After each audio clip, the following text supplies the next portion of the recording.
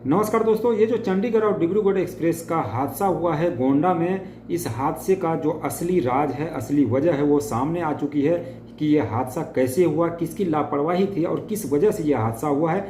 लगातार हादसे हो रहे हैं और इससे पिछला हादसा आपको याद ही होगा, आज से 1 महीने पहले करीब जो वो हादसा हुआ था रंगापानी में। तो उस हादसे के बारे में जानेंगे कि आखिर ये कैसे हुआ और क्यों हुआ, आखिर बार बार ऐसा गलती जो है वो क्यों हो रहा है। लेकिन उससे पहले दोस्तों आपको बता दूं, चंडीगढ़ डिब्रूगढ़ एक्सप्रेस जो है इसमें 22 डिब्बे के साथ ये ट्रेन चल रही थी और इसमें से 19 बोगी जो वो पटरी से उतर गए और इसमें 2 लोगों के मारे जाने की अब तक खबर है। बाकी 31 लोग जो वो गंभीर रूप से घायल हैं और मृतकों के लिए सरकार ने जो वो 10 लाख रुपए मुआवजा राशि देने का ऐलान भी कर दिया है। हालांकि ये 10 लाख रुपए किसी की जान की कीमत नहीं होती, लेकिन फिर भी 10 लाख रुपए दी गई है।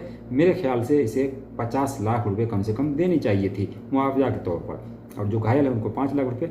आइए जान लेते हैं कि ये घटना कैसे हुई। दरअसल ये जो घटना हुई है वो ठीक उसी तरीके से हुई है जैसा कि रंगापानी में हुआ था। रंगापानी में भी आपने देखा कि एक माल ट्रेन जो वो पीछे से टक्कर मार देती है एक पैसेंजर ट्रेन को, और उस ड्राइवर को ये पता नहीं होता, उस लोको पायलट को ये पता नहीं होता कि आगे किस तरह का रास्ता है, रास्ता ब्लॉक है या फिर क्या है, क्योंकि सिग्नलिंग फेलियर का जो मसला चल रहा था उस वक्त, और ड्राइवर को ये बताया नहीं गया था कि आगे सिग्नलिंग फेलियर है, आपको गाड़ी जो है किस रफ्तार से लेके जानी है, किस तरीके से लेकर जानी है, आपको खुद जो है वो देख करके ट्रेन चलानी है। इसी वजह से यह हादसा हुआ। ड्राइवर को किसी तरह का कोई बात जो है वो जानकारी नहीं दी गई थी। उसको एक लेटर ज़रूर थमाया गया था, लेकिन उसमें वो बात जो है वो शामिल नहीं थी कि सिग्नलिंग फेलियर है, आपको किस स्पीड से चलानी है।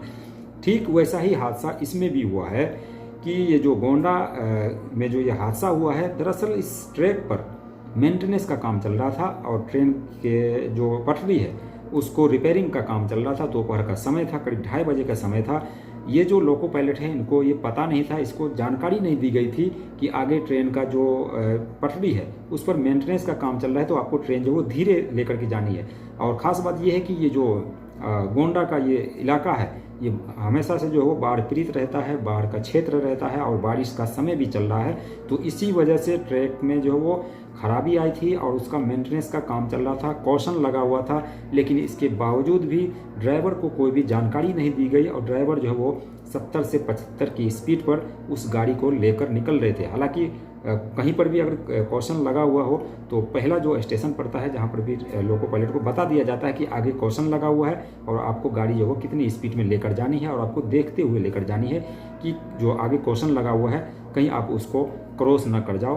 तो इसलिए ये जानकारी जो ड्राइवर को देनी चाहिए थी, लोको पायलट को देनी चाहिए थी, जो कि जानकारी नहीं दी गई।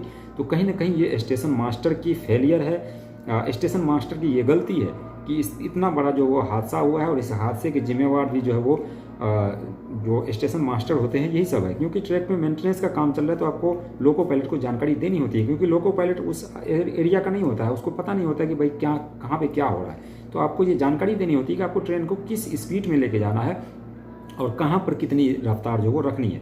तो ये जानकारी देनी चाहिए थी। ड्राइवर तो ये देखता है कि ग्रीन सिग्नल है तो वो चल पड़ता है, लेकिन उसे तो ये जानकारी नहीं होती ना कि जो पटरियाँ हैं उसमें काम चल रहा है। इसी वजह से ये बड़ा हादसा हुआ है। हालांकि इसको लेकर जो जांच के आदेश भी दे दिए गए हैं, बाकी सब खुलासा जो बाद में होगा, लेकिन अभी फिलहाल जो वो खबर आ रही है वो कि ट्रैक में जो वो मेंटेनेंस का काम चल रहा था और इसी वजह से ये बड़ा हादसा हुआ है। तो दोस्तों ये छोटी सी जानकारी आपको कैसी लगी कमेंट सेक्शन में ज़रूर बताएं। चैनल को सब्सक्राइब करें। मिलते हैं नेक्स्ट वीडियो में, तब तक देखते रहिए बिहार एक्सप्रेस यूट्यूब चैनल।